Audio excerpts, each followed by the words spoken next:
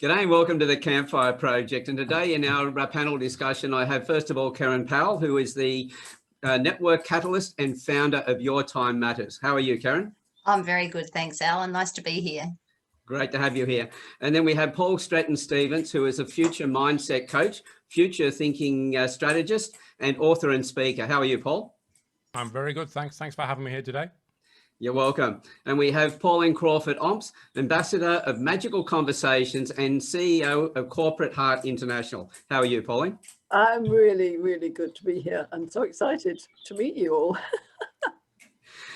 I'm really glad that you've all come together because this will be a very interesting conversation. We've been talking before about the 7 C's, fueling your future with the 7 C's, how to cogitate, connect, communicate, collaborate, contribute, community, and choice. Now, I think it's going to be a great conversation. Now, Paul, this is your area of expertise, so I'd love you to start us off on the conversation, please. Yeah, sure. Thank you, Alan. Yeah, well, the 7 C's model was developed. It was a 6 C's model. Just as models do, they evolve over time. And when you're working with people and you realize certain aspects of that work, you know, we've increased that to the 7 C's. And it's only a small but significant part of the work I do with the people I work with. But it is significant in that it applies to everybody. And the beauty of it is you can use each of the individual components as a standalone topic, or you can use them as a set. And there's no particular order here. I mean, one might assume that people cogitate first. They really get involved in really deep thinking, and I often use in this reflection because this is where some real golden nuggets come out of the reflection. And normally out of that becomes some kind of choice or direction, which leads to choice. And from then we can use any of them, the connection, the communication, the collaboration. More so these days, I think I've certainly witnessed far more efforts for collaboration in recent times than I've ever seen. And I think people are actually cottoning on to the fact, you know, you don't always have to be in competition with people. Collaboration's a good thing. And I think there's a lot more of that happening at the moment. It'd be interesting to ask the ladies what their experience is as well. And community. People, especially with the times we've been going through recently, a lot more people value community and contribution to that community in some way, shape or form. And that's the whole basis of the model. Excellent. And with the work that you're doing, Pauline, with the spiral, the dynamics, gender dynamics, etc., and getting that understanding, collaboration, contribution, and all of that, what are your feelings about the 7 C's? Oh, I love them. And I think I also like things that are easy to remember because they all start with the same letter. So, you know, I love to contribute. That's one of my key things. And I obviously love conversations.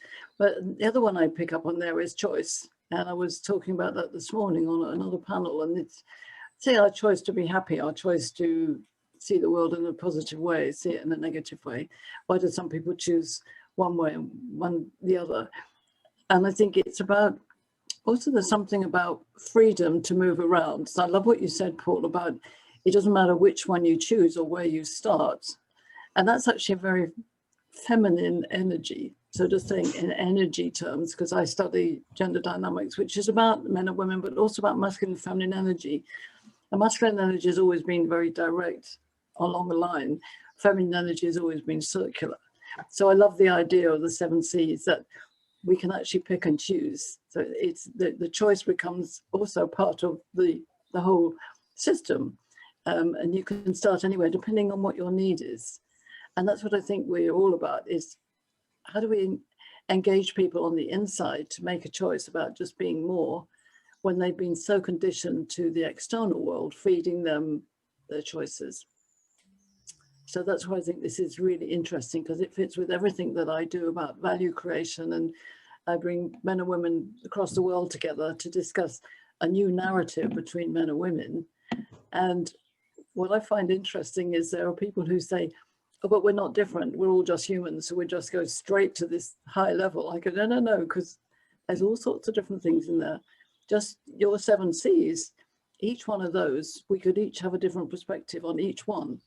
So that Yeah. already makes 7 times 4, 28 vision versions, and only just because we're here. So understanding our differences fits for me into all of this, and understanding community is key. And some communities might not suit some people, and that's where the choice comes in, and not to be controlled, which is another C. I think that's really important. Excellent. And Kerryn? I'm glad the controlled is out of there, because I think it's nice to have more of that freedom. And I just absolutely love the infographic, and the 6 of the original ones are everything that my community that I've tried to build over the last 7 years belongs with. And I love Cogitate. And I think during lockdown, we've had a lot of time to cogitate and think what really is important to us, and how we really value the connection, and we value the communication. And I've been running a business community for 7 years of men and women, and the reason it is men and women is because we all do have a different perspective on things, and we learn so much just from listening from other people's different opinions, experiences, and the way that everyone can contribute. So for me, connection, contribution and community are key to what I like to bring to the table. And over lockdown, it's been fantastic to be able to grow that and support the group and keep them connected. So I just think you've summed up my business and what I believe in my heart, Paul, so beautifully in your infographic. So thank you for that. So Yeah, we'll have to put that infographic up so everyone can see it. But yeah, go ahead, Paul.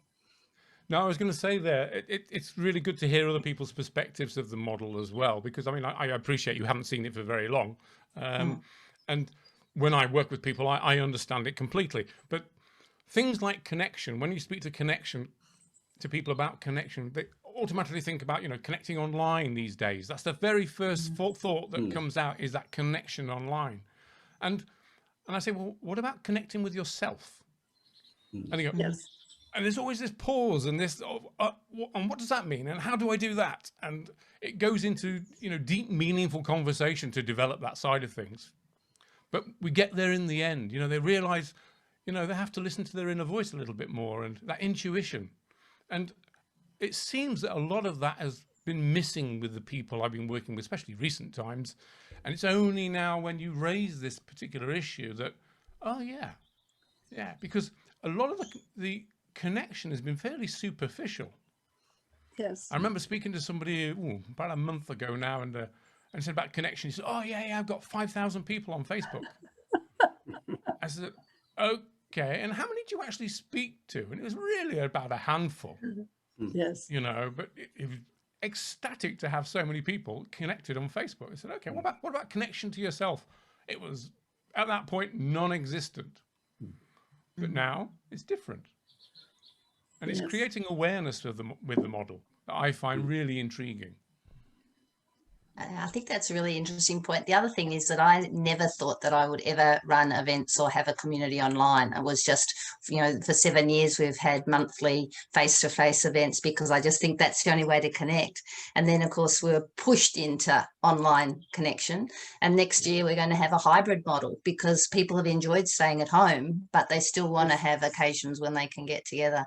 But I think that's a really interesting point about the connection with yourself, and realizing that you do want to stay at home, that you don't want to be rushing around all the time. So I think so too. And one of the things I think is what you say, Paul, is that so many people don't recognize that they need to connect with themselves, and they don't tune into themselves. And this COVID has given us that opportunity. And I think some people are very afraid, because they don't know how to do that. And they're not very good on Zoom either. I don't mean we're all really good at this, because we do it a lot, but some people, they're nervous about coming on the screen. They're not used to being so intimate actually with themselves. And I think that's all good. But of course they need guides, and they need to understand that their solution is not out there. Their solution is in here. And I think that's our big challenge, isn't it? Is how do we get people to understand we're not prescribing the solution for them. We're inviting them to find it for themselves. Yeah. Go ahead, Paul. Yeah, I think that's really true. I mean, I did some co-coaching with the Association of Coaching recently, and it was interesting to reflect afterwards on how this model was demonstrated throughout the triad work and the co-coaching coordination. Every single aspect was used unconsciously in some way, shape or form. The whole model was used completely. And it would have been really nice. We didn't have time at the time to actually say, well, okay, let's evaluate it using the model as an evaluative tool and see what actually has happened and transpired here. And I think that there's value in doing that as well. Oh, I think so, because we all understand what community is, but I think a lot of people don't understand the second part of community. You know, they go to work, they went to work, that was their community, they came home, that was their family. But the idea of community when you're at the bus stop or you're in the supermarket, I always say to people, you know, are you a community when you're just chatting to somebody who you don't actually know but is serving you? You know, do you have oh no, you know, but there's a community. You walk into the supermarket, there's a community there, and we're all wearing masks now, but so we make more effort. And I think that's the amazing thing that's happened, is really getting people to understand that, which is why STAT is so interesting, Alan, that, you know, a majority of people actually want to have both working at home and going out. They want a mixture. And if that's true, then it changes our lifestyle for the next forever. That's it. And the reason I like the idea of doing both, being able to go to events, but also operate from home as well, gives you the best of both worlds. It does give you that opportunity to be around other people and feel like you're part of a community, but it also gives you that time to be able to spend more time on your own as well and reflect. Because I think quite a lot of the time we look for solutions and problems that are inside, we look outside for those, and things where we should be looking at outside, we're looking inside and blaming ourselves and getting that the right way around. Yeah, I think that's true. And I think one of the things, I love what you said, Paul, about that people reflected after the event, that these things were unconsciously there, because that's the wonderful thing about common sense, is another C. Common sense is that these things are, when we're being true to ourselves, these things are there. Everybody wants to belong. Everybody wants to be part of something. Everybody wants to be loved, I believe. Yet so many people stand in an angry place at the moment, arguing and misunderstanding each other.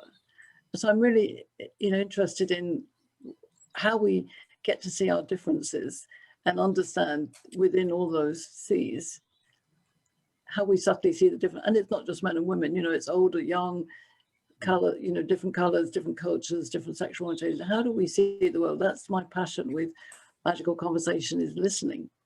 So when somebody says, I see the world like this, or in my experience, the world looks like this, nobody says, oh, rubbish. Everybody says, oh, really? I've never heard that before. And that's the magic of a magical conversation. There's no judgment, it's listening. But I think a lot of people still haven't mastered that. I think I like to talk about it as being in the shoes of the other person too. If you can empathize and just think where they're coming from and what their trigger is for that behavior or that thing that they've said, or just trying to understand where they're coming from and what's affected that, and learning from that experience too. And maybe that's the teacher in me, being able to sort of think that, you know, because Johnny hit Mary, what made him hit Mary in the first place, it might not have been, it might not be Johnny's fault. So I think you have to think about what the triggers are for people's behaviour. And with COVID, there's certainly a lot of triggers with people feeling frustrated, and, you know, people have to think about, just because they're, you know, I think there's a saying that we use, which is, you know, we're all in the same storm, but we're not in the same boat. And so, you know, we have to remember that in life, not just during COVID. Well, I think so. And I think one of the challenges I'd like to ask you, Paul, about when you've used this model, is there a conversation about, oh, well, I actually think this C is most important. Oh, another person will say, well, I think this C is most important, because that tends to have been our mantra before now. Is like you mentioned competitiveness or not. Is it, you know, well, my view is so important, I want it to be the best one. Whereas actually, I've always been a mediator. So listening to all of them and saying, well, they've all got value. How can we actually really truly listen? And I understand what you just said, but it's like, how do we do it without trying to provide people solutions? You know, when somebody, you think, oh my gosh, I could just take them there and they'll find this, and then you have to go, yeah, but I can't take the horse. You know, I could take the horse to water, but not make it drink. I think I've learned a lot recently about just stepping back and saying, okay, I have to just trust and send this consciousness out that when people get the ripple and they go, yes, oh, that's it, I'm going to do something about it. I don't know whether you've had that experience. I had it recently where I had a coffee conversation. I used to live in Malaysia. I had a coffee conversation with this lady in 2014, I think it was. I don't know, I didn't see her since then. On Facebook, she suddenly announced that she changed her life. She divorced, she got this, done that. And she wrote to me, she said, it was all because of what you said to me that day. And I didn't know that. I mean, I thought at the time that I was sharing my perspective on the world and gender dynamics, and she seemed to be getting it. But I had no idea at the time that she was taking it up. And I suspect people look at the 7 C's and they do the same thing. As we know, people learn differently, and some people will go away and mull on it for years, and then suddenly whereas you and I might have the aha moment now, they have it in 10 years' time. That's it. The aha moment that you have is different to the one that the other person has because you're focusing in a different area. It's like, how many times have you read a book and then gone back and read it again and you've got more out of it, or you've watched a movie or an event of some form, it's been repeated and you go, oh, I didn't see that before. Yeah. Because what we're going to be attracted to in that list is the thing that we need the most. And each one of us is going to need differently. I've been hearing it so much, you know, we're in this together. And then all the people using it are acting as though they're not in it together. Yes. And I love the way you put it, Kerryn, that it's the same storm, but we're all in different boats. Yes. And so we're all in that different position. And I think that's really interesting because it's like with the Campfire Project, which, you know, you can only see the trail of what you put up if you're part of it. So you can't see it out there somewhere else. And that's okay too. And I think it's okay for some people to not be part of some communities, and for communities to, I don't want to use the police, but, you know, police or adjudicate what is best for the community. Because if somebody is really not in the flow of that community, they will start being an irritant and start changing the focus that's at the center. And it's a real balance, isn't it? Because you don't want to be controlling and say, no, you can't come in. But it's also important to keep the cake the right way. I often use the metaphor of a cake, and I have to tell you, I'm not a cake maker, but, you know, if you make a cake, you have to put the right ingredients in, and you have to have the oven at the right temperature and stir it the right way. Otherwise it doesn't bake. If you've got one wrong element in there, it's not going to work.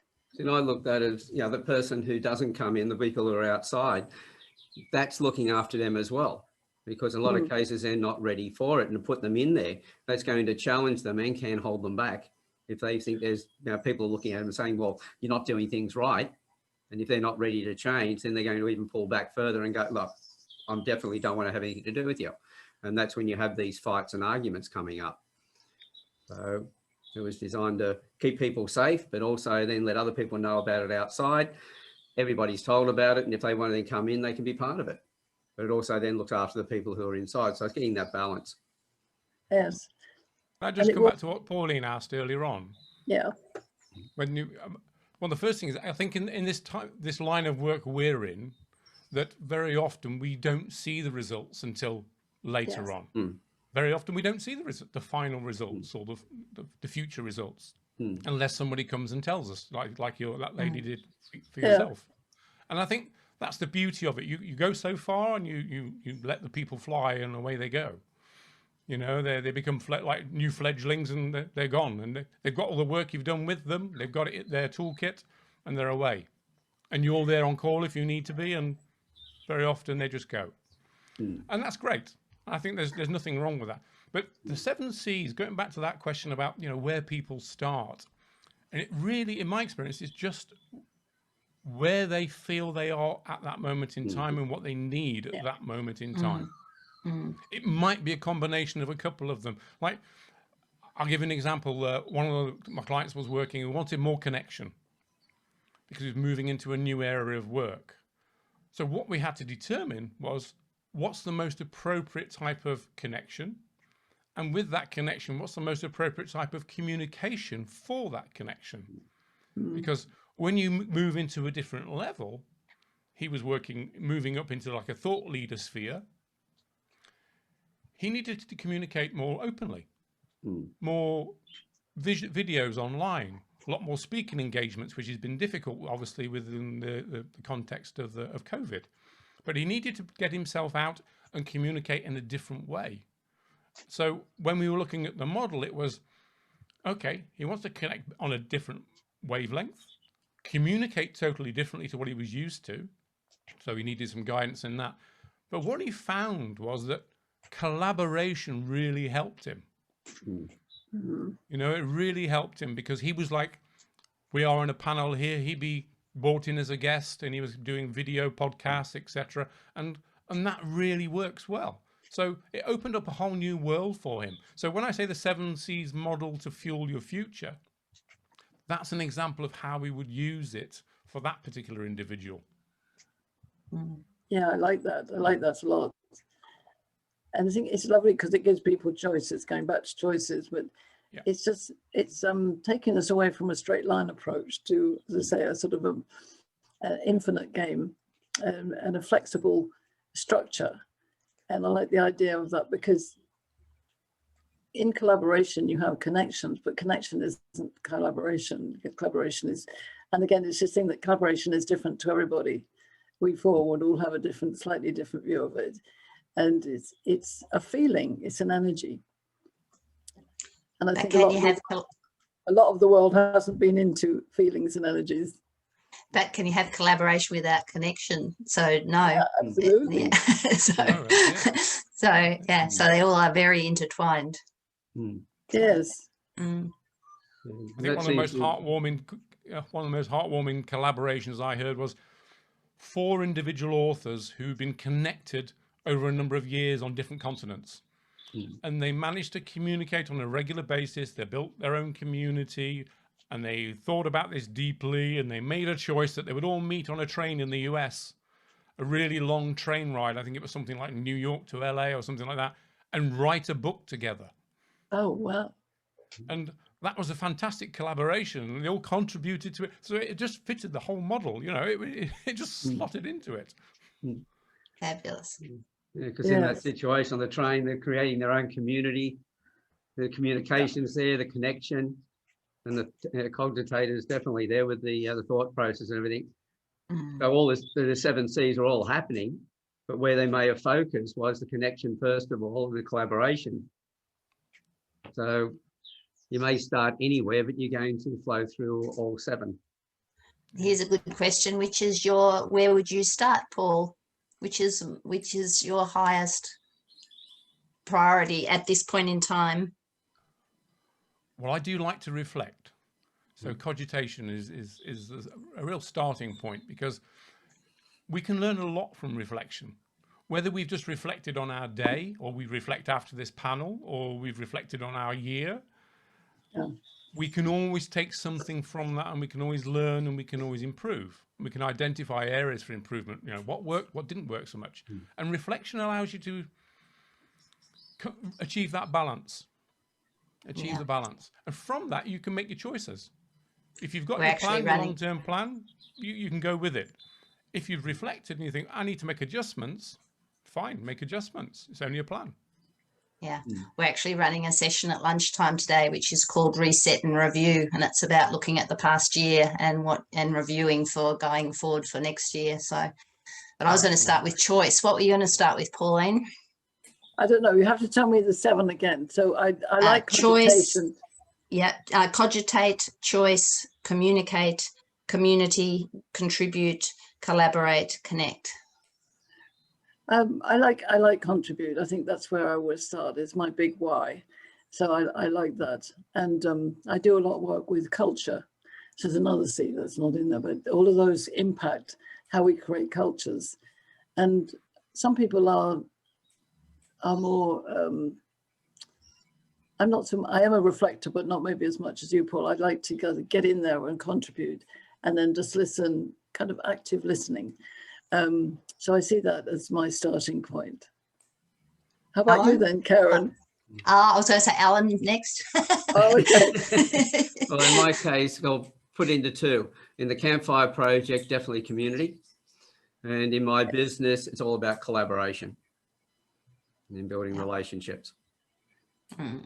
Yeah, for me, it's contribution, and through my community, that's what I do, and I connect people. But if just looking at this today, I think choice, you have to decide that you're going to make an effort and you're going to connect and you're going to contribute. So I think I could start with any one of them, because I have done a lot of reflection and cogitating over lockdown, but it's still a choice. So as to whether you're just going to move forward or sit still and do nothing. So which is not the choice I would ever take. I was going to say, I haven't heard the word cogitation for a long time. It's not been in my vocabulary, so this is going to be a new one. Yeah, well, I have to admit, when I was reading it, I had to read it a couple of times, yes, to things being congruent and cognition and things like that, but cogitate, I hadn't used it myself for a long time. It's interesting how there's a lot of words that we don't use and frequently, and then yes, take a bit and get your tongue around them again. I wonder if is that a particularly international world, or is it a British world? Did this start in Britain, or is it? That's a good question. What do you reckon, Paul? I'm not sure, to be honest. I think it was when I heard cogitate, it sort of resurfaced, I think, last year, year before, and it was from an American, actually. Oh, okay. Yeah, it was an American. It resurfaced. I thought, haven't heard that for a while, and it just fitted where I want when I was developing the model. It fitted. And started with C. Yeah. It just fitted anyway. But what I found interesting was, because when I first put the model together, I thought, I'm not sure. But then as you work with things and you develop with it and you see commonalities with individuals or teams, and teams are really interesting with this because they all have this different perspective. We've got 4 different perspectives here. You imagine a team of 4 or a team of 6 or a team of 10 and they, oh no, this is more important. This is more important. But when you get to the nitty gritty at the end of that, they realize that all the elements are important if you want to fuel your future. Because to move forward, to gain momentum, and another aspect of this is corporate world love the word vision and vision statements and everything else. And you say to them, okay, well, what kind of mindset do your workers, your employees need in order to effect your vision? Just knowing it, having it stuck in the office, having a business card with it printed on the back, having it posted around the building. Is that enough that they know what your vision statement is? How do you buy into the process? What mindset do they need? And the leaders start really questioning that. I'm not quite sure. Okay. Then when you go with the 7 C's with them, you say, okay, here's the starting point. Which is the most important to you as the leaders in this organization? Where would you feel everybody should start here? And where as leaders of the organization would you start to enable them to develop the mindset for the future so that they can fulfill your vision? Then they start to listen. Then they need to they really start to analyze the 7 C's in a different way. They know leaders need thinking time to cogitate at some deep level. They know as a result of that, there's a number of choices. So they start to build a sequence themselves, and it's different for every one of them. Most do start at cogitate, I have to say in my experience to date, and then start looking at choices. Others dive straight in. Okay, let's collaborate. Okay, who are you going to collaborate with? Okay, well, we need to speak to this department and that department, and we need to find out, who they're already collaborating with and who's missing. Who's the missing link here? Okay, so we're talking about connection as well then, what connections you've already got and how you're going to communicate all this. And it slowly builds, but this just acts as a visual framework for them, which is loose. It's not, they're interconnected. Sometimes they're overlapping. Yes. And it gives them choice. Yeah, from what I can see of it, and this is what I'm sort of picking up, is that you may feel that there's a particular one of those 7 to start with, but the moment you start with that one, you're actually incorporating all 7 immediately. Yeah. Because if you're talking about, the community, we'll build a community, you're going to be, the cognition's there straight away, the cogitate, to think, to process it all. And you're thinking about connecting people together. You're talking about, in that process, you're contributing, you're collaborating. So, yeah. And the larger the organization, Alan, it's a good point, that, because the larger the organization there, what they tend to find is that a connection isn't always between them and the outside world. It's connection within. And then having to communicate on a new level sometimes. So not only take the 7 C's into the organisation, but also like externally, but also take it internally as well. So it's got 2 directions it needs to go in at the same time. Yeah, absolutely. Absolutely. So is this something that you designed, Paul? You said at the beginning you expanded it. It was designed by somebody. No, I did. I did it. Yeah. You created it all. That's because I felt I needed a visual framework for people I was working with. It's okay talking sometimes, but sometimes people are visual, highly visual. Yes. So therefore this works. It's something they can print out. It's something we can have in a room, in a workshop or whatever. We can do that. It's something we can share, and people can do what we're doing now, discuss it and see how it applies to their particular setting. Yes. But to me, it's all about, conversation in the end is how do we create these amazing magical conversation cultures. That's my dream, my vision, is that where whatever the system is, and the 7 C's is great, and we've all got systems that we use, it's getting people to really engage with their destiny. As something I'm passionate about is how do we create our future together. And if we know what that is, we can reverse engineer from it, but we always start from here. But if we started from our imagination and say, okay, what's the best C that we want in each of the C's? Describe it, and then you have a conversation about that future. And that's what I do with my models as well. As what would if you had real synergy between men and women of any diversity, what would it look like? What would it sound like? What would it feel like? And we may not have it now, but we can paint that picture. And then once we know that, we can come back from that to here. So I love the idea of reverse engineering from a world which is sailing the 7 C's. Because I'm actually a sailor in my life, and I love the idea of the seven C's as being SEAS. Well, there's more sea in the world than there is land, so the sea is what connects us. So maybe that's the other metaphor. There's another visual, yeah. Well, it's all about, as you said, Paul. Actually having the visual, having the actual drawing. Everything is about. That's why I like my value creation cycle, my map. We can put our hand on it and feel it and touch it. And that's what we need at the moment, especially when we're all inside screens and not actually holding hands. So I think, I was wondering, Alan, how does it fit with the work that you do? Well, my work is all about, one part of my work is about men and women understanding each other. I have a gender dynamics map which looks at male, female, masculine, feminine. But the conversation, I always say, the conversation is in the space between us. So it might be a group of women, group of men and women, could be anywhere. But the conversation in the middle of the space, when you have a magical conversation, there's no judgment, no anger, no coercion.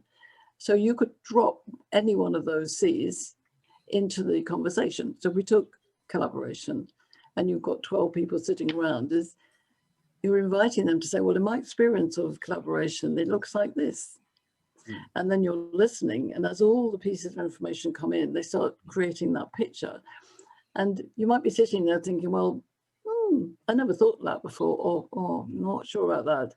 But you're not getting involved in arguing about it. You're just listening. And as it becomes more creative, then you're sharing, but you're never critiquing somebody else. You're observing, sharing, contributing. So and it creates choices. So it fits very well into the model. And at the end of a session, you might do it in a corporate environment, you might do it for an hour and a half or half a day or whatever. But in that time, there's no decisions made which are hard and fast. And people find that really difficult to manage. But I say, well, make it a shorter time, then do it for an hour. But as you finish and you go away and you have your cup of coffee or whatever it is, you can then come back and review what's been shared and then be progressive in terms of actions from it. But it's separating that, because sometimes when you say, oh, you know, somebody will get impatient, say, well, okay, enough of this talking, what are we going to do?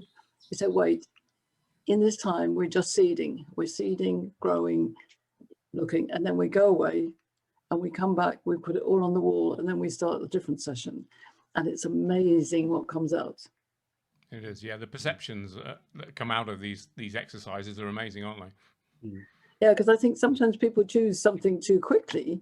They need time to gestate it. That's the that word again. Yeah, I'm not very good with words, remembering them, but thinking about things. Cogitate, that's it. In Britain, a codger is an old thinker, isn't he? That's true. That's true. Yeah, the old codger. Yeah. I think that's what I've got stuck on. You know, I was married to a Yorkshireman for many years, and I think that's where it's come from. But to cogitate on it is really important. And I used to run many sessions like this across the world. And I always remember one time working in a German bank. So you can imagine the audience, and the table was full of these German bankers, and the conversation was at the table on a certain topic, and they were sitting there going, so what do we have to do? I said, well, you have to engage and contribute. Well, tell us what to do. I said, no, I'm not going to tell you what to do. I said, if you don't say anything, you won't get any result. And it took them a few seconds to tweak this. And then they realized there was nobody leading it. They were leading it themselves. And they kind of went, and then they threw themselves into it. So we've got to get away from old thinking and allow people to bring their brilliance to the table. So I love the groups that you pulled together and the talks that I've been involved in there. As you said, sitting and listening to people, you know, with all my work, I know there's no two personalities on the planet who are the same. Everybody's different. You know, all these other profiling systems, we put people in boxes and that, take the person out of the box and treat it as an individual. Your business runs on having teams, and teams are made up of people who are all different. And you need those difference. Otherwise, you're doing the work, or the work you don't want to do, nobody else wants to do either. But if they're different to you, the work you don't like doing, they love to do. And this is why the teams work effectively. But to really have great connection within that team, being able to understand the way they think is important. So as you said, having that group and just saying, okay, let's talk about collaboration. What does collaboration mean? And getting all their viewpoints and everything else. And I think it was you, Pauline, who came up with the term, and yes, I stole it from that point on, which was listen generously. Oh, yes. And so while you're listening to it and getting all that from those people, and without judgment, but realizing and seeing, oh, there's all these different descriptions of that one thing that I have one view on. All these people, and by the way, none of their views are the same. They might overlap, but none of them are identical to each other. Yes. And then being able to appreciate that to get a better understanding of how the 7 C's then can be applied within the work that you're doing. Oh, it's interesting. I heard recently that, you know, women often say, oh, we want to be heard at the boardroom table, but actually we want to be listened to, and it's different. And it's just these subtleties of, you know, stopping and pausing, which is what COVID has done for us, and really pausing about what kind of world do we want. We may not be free to choose it, of course, but let's not go there. But if we could, you know, what kind of magical world would we actually want, where we have freedom and independence and we can be this unique human being that we are and contribute. I just wanted to ask Kerryn, if I may, from the networking point of view that you're involved in, because it's switched online during COVID, Do you think it enhanced listening skills? Do you think it really enhanced the actual listening rather than being face to face? Because I don't know about over there in Australia, but certainly here, networking events there's a temptation for people to flip like butterflies, to go from one to the other, to get as many people to chat to as possible. And I don't, from my experience, I don't really feel that they're hearing or listening to any depth, because it's quite superficial. But once you're on the screen and one person's talking, does it not force people to listen more? The community and the events that I run are very, they have a structure, and so they are different to a lot of other networking opportunities, and whether that's in person or online, it's very different. So we actually create conversations just like we're having now, through an insight from a speaker or presenter, and then we'll talk about it. Just like we're doing now. We had the Future of Work a few weeks ago, and we had 3 speakers, and then I'd put people into rooms, and in their rooms they talked amongst themselves about how they were, the thoughts they had in relation to the speaker. But the same thing could be applied if we're talking about LinkedIn. But I also have designed some tools and games and cards that we use to prompt conversation, and so everybody gets a turn. So it's not really flippant conversation, but I have been to online events where you feel everyone's just doing a sales pitch and they're not really listening. So they're really just there for themselves. And I have to say that I'm very proud of the community that I've been able to build, and the tribe that's chosen to come to YTM are listeners and contributors and collaborators. And, you know, one of the cards that they might get when we play is, what does success look like to you, or what drives you? So they're not your typical business conversations, but the depth of the relationships connects people, and then they choose to do business with the know, like, and trust factor. So, you know, yes, I think online can still be superficial, but it doesn't have to be. It's actually a great platform, and you do need to be in charge of the button so that you can mute someone if they're talking too much. Oh, I love that, what you're doing. That's good. I was going to say, that's an advantage over some meetings where you're sitting around the table and I'd like to press the ejector button, and not just a mute button, but the ejector. But it's an interesting point about how, when life changes, you can find new advantages that we wouldn't have thought about before this year, and that's definitely one of them. And I think there's a great art to, I say, being on the screen. You know, when people they go on the screen and someone they're standing like this the whole time, or they're off the screen, or they don't seem to appreciate that this is their window of the world. This is their mirror. Yes, we went online 2 weeks after the lockdown sort of happened, and I actually videoed or recorded the meeting, and you know, there are a lot of very nervous people. But the other night, you would have thought we were all in the same room, and in fact, one of our more introverted people was on the panel, and also talked about how amazing we all were now that we felt like we were in the same room. So everything gets better with practice. So oh gosh, yes. Yeah. Well, the etiquette around social or using online platforms for meetings, it's starting to people are starting to realise what they can do and what they can't do. I was speaking on a large group.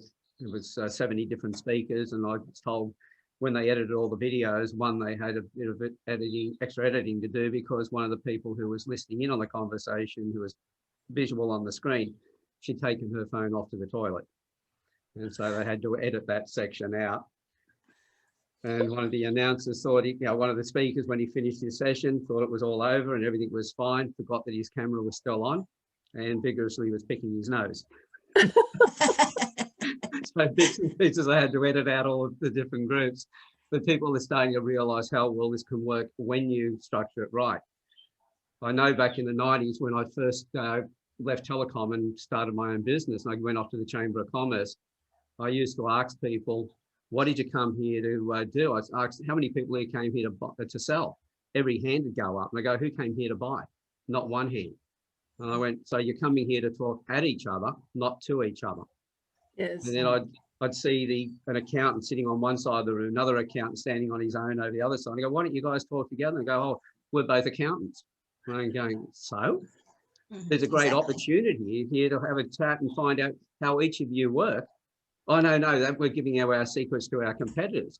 And I go, well, and there's only a certain market size up here in Newcastle. I went, well, why don't you go after Sydney clients? Oh, we're not big enough. I go, if you two straight to each other, saw what gifts that you both had, what you can both bring to the table to complement each other, and go after Sydney, and you guys don't have to charge as much because you don't have the same overheads as somebody who's operating a business in the centre of the CBD in Sydney. Yes. I'm bored here from slapping my head all the time because I couldn't believe that people are in that competition mode or fear mode, whereas when you're in collaboration, you're in abundance mode. Yes. You can create something that's greater. So every conversation, I'll connect with somebody, I'll be introduced to them or whatever, and they'll go, okay, let's have a chat. And the first thing I get from them is, well, what's the agenda? And I go, I don't know what you do yet. You don't know what I do. So the first chat is to find out, do I like you and do you like me? Because we're not doing anything else if we don't trust each other. Absolutely. So that's the agenda, is to find out about you as a human being.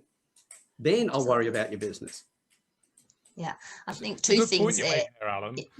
Yeah. Sorry, I was going to say it's a good point you made, because a lot of people, when you talk about collaboration, think it has to be with a competitor. It doesn't have to be just with a competitor or somebody who does exactly what you do. It can be somebody who's in a related area. That's it. You know, that you can complement one another. So I don't know, if you're a coach, you can work with somebody who does massages, for example. You know, it doesn't have to be exactly what you're doing, because as long as you find something that's complementary and related and it's a win-win situation, there's no harm in that. There's a number of people that I've spoken to, and I realised that, they could use my services, but right now they need something else that's more important in their business, because it's like the 7 Cs. Which one's the most important to them? And if I realise it's one of the other areas that I don't actually work in, the first thing I do is I've got my collaboration partners, I'll connect them with them. Now, it may go no further for me on that side, but most times, if you're going through, say, connect first of all on the 7 Cs, then next thing you know, you might be looking at contribution or collaboration to something else. So if I help look after that client, putting them first and putting them with my collaboration partner who can actually help them in the field that they need, next thing you know, they realise, oh, now I need this. And that might be me, or it might be somebody else in my circle. Yeah. By helping somebody else to go in and look after that client, putting the client as the hub, the centre of their universe, eventually it's going to come back to me, because if you use the 7 Cs, you can start anywhere you like, but eventually you're going to go through all 7. Absolutely. And we, collaboration and, non-compete and whatever, we've got 3 bookkeepers in our community, but they all service people in different ways, and they like to have conversations together to share where they're at and their issues and things like that. But going back to people picking their nose or something like that, when we talked about the future work a couple of weeks ago, one thing that came out, and I think it's really relevant, is that we're more human now. That we've actually, you might be talking to a CEO of a business and he actually is pushing his child on a swing at the park. We actually are not people sitting in ivory towers. We are all just human and maybe more connected, that the barriers are down a little bit more because we're seeing people's real selves. Yes. And that's why I talk about real life at work. Real life at work is something that we need to address. And women have brought this into work for a long time, because a woman's experience of life often engages with children and, childcare and everything. But now we've got the opportunity to do things differently. We're on an equitable playing field, which is wonderful. But it's still about people's perceptions out there, isn't it? It's amazing. I heard 2 articles within 1 week. One was McKinsey saying, we've done a report and COVID is really bad for women in the boardroom. And then the other one was, hey, all the women who are really bright are at home and they don't need to worry about childcare. So why not use them online? I thought, that comes down to perception, doesn't it? Yeah. So it's more about what the person themselves than actually what they're talking about. Yeah. It's seeing things from a different point of view, as you said, Kerryn. It's about, being in somebody else's shoes, but also thinking, okay, this is a situation, what can I best do? And what do I do best? And there are some amazing stories about people, entrepreneurially and otherwise, just doing something totally different than they ever did. And it's hugely successful, both for them and, you know, profitably. And somebody says, oh gosh, I never would have thought of that. But I think everybody's got a very useful asset, which is called their imagination.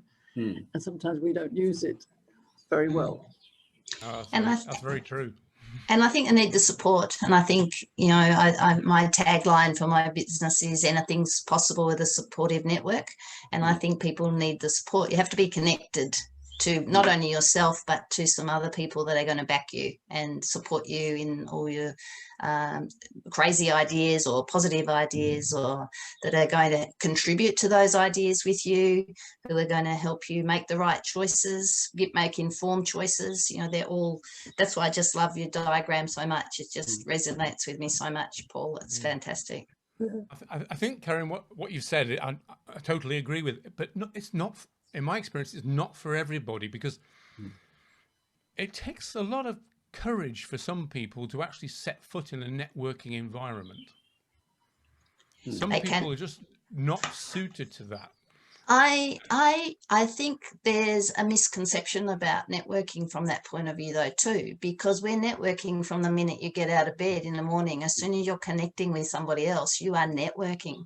And I try to teach people that if I can have a conversation with you on Zoom and I've never met you before, then I could, you know, talk to you at an event. And it is just practice and having a chat. You're not selling anything, you're trying to connect. So you don't have to be pushing your wares. You just need to be listening. And if you don't like networking, you're probably one of the best networkers, because you don't talk all the time and you're just listening.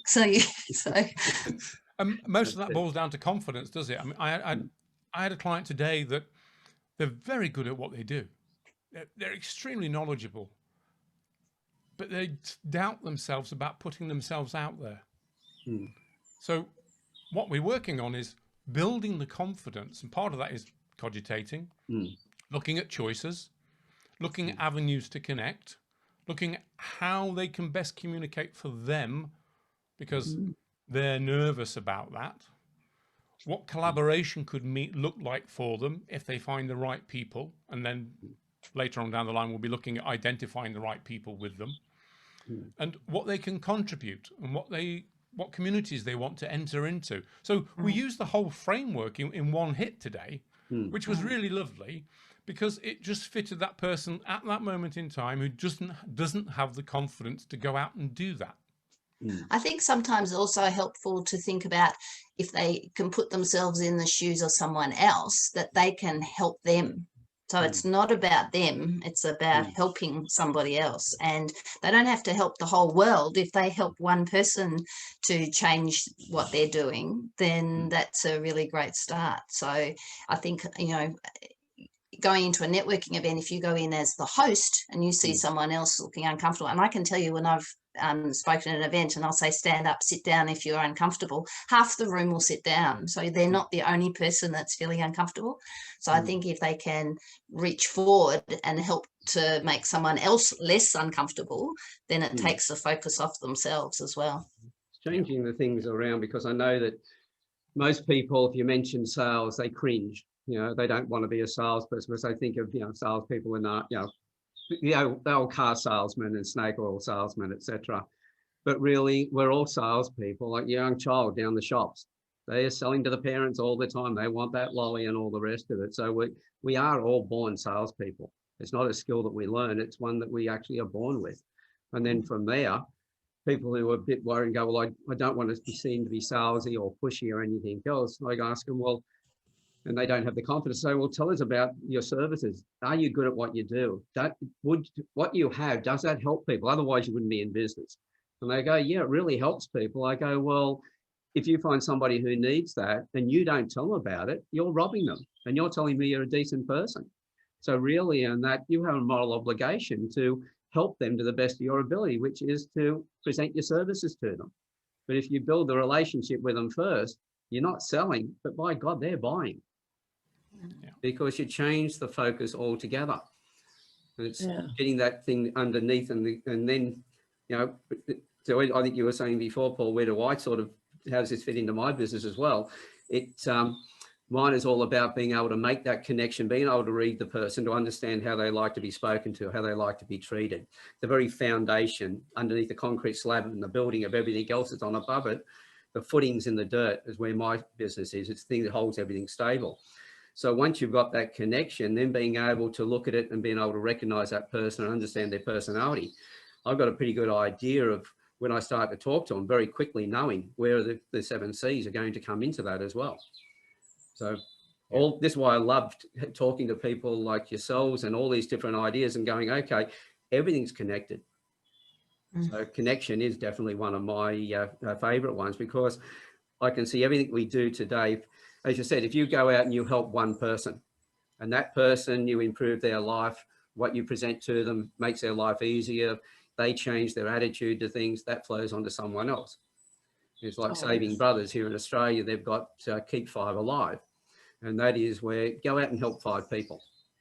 Now, if you help them in a way in which that person then can go and pay it forward, you've got 5 goes to 25 to 125, or 625, whatever the number is, and it just keeps growing and growing. And it's not long, just over 5 levels. I think it's almost 4,000 people those 5 that you helped, by just helping 5, it's actually got to about 4,000 people. And so just those little bits that we do, and when somebody realizes, oh, my stuff could help that one person, and then you talk about how it could affect those other people going out, then they realize that the obligation on them to actually share what they've got becomes extremely important. If they're a decent person, then this is something they've got to do. And there is no longer a fear of, I'm a salesperson. I'm selling. What you've just said is the key there, is got to do, because the glue that holds the 7 C's together is action. Yeah. Because if you cogitate and you just stay stuck thinking and you take no action, you're going nowhere. And the same with your choices you make. You can make a choice, but unless you actually take some action, it's not happening. And it's the same with communication, same with joining community or being part of community, and everything in the 7 C's. Action is the glue that holds it all together. And sometimes that first step's scary, but it's well worth it. Exactly. Yeah, definitely. Yeah. And on on that point then, talking about action, thinking about the 7 C's, if I could ask each one of you, starting with Paul, if you don't mind, what advice or what are your thoughts about what can you leave with the people who are listening to this? Whether you're one person whose life has been turned upside down because of COVID or something else, or you're somebody who's very successful and got the 2.2 children, car, house, holidays, whatever, there is a lesson to be learned here. There is a tool you can use here to help you fuel your future. Excellent. And Pauline? I think it's about with any tool, and then the 7 C's or any tool, is where do you start and what commitment do you make to yourself. So we have an acronym which is CORE, which is choice, ownership, responsibility, and energy. To make the choice, take the ownership of it, be responsible for what you do and how it impacts other people. So whatever C you're looking at, and then check into your energy. You know, when you're in a dancing energy, or you're a sleeping energy, or you're a down energy, and just revise it so that you are supporting your choices and ownership, responsibility. They are CORE. Excellent. And Kerryn? My business is called Your Time Matters, and that's because you have one life, and you have one life to learn about yourself and others. You grow as a person, you grow a business, you grow your confidence, and you achieve whatever it is that matters to you, and that's all individual. Conversations is how you get started in working out all those things. So don't hold back, take up opportunities, have conversations, and make your time matter. Excellent. And the only thing I would add to that is go back to take the action, get the 7 C's out. The Victorian Brotherhood has started a new movement down there. Instead of raising a glass and having a drink, it's now raise a pen, #raise a pen. So pick your pen up, go through the 7 C's, take notes, because yes, you've got the diagram, the infographic, which gives you the visual concept of it, being able to read it, talk about it, but using a pen, you're into your kinesthetic It slows it down from the higher frequency of visual into the auditory down below, but writing the kinesthetic where you really get into it and you feel it. Because I think using the 7 C's and feeling each one of them and going through and taking some notes is a good way to do things. And the only thing I'd add to that is, again, go back and listen. For everyone who's listening, go back and listen to this a few times. Take note of what, you know, as I always say, these 3 wonderful people I'm always speaking with. Have a talk, have a listen to that, take some notes.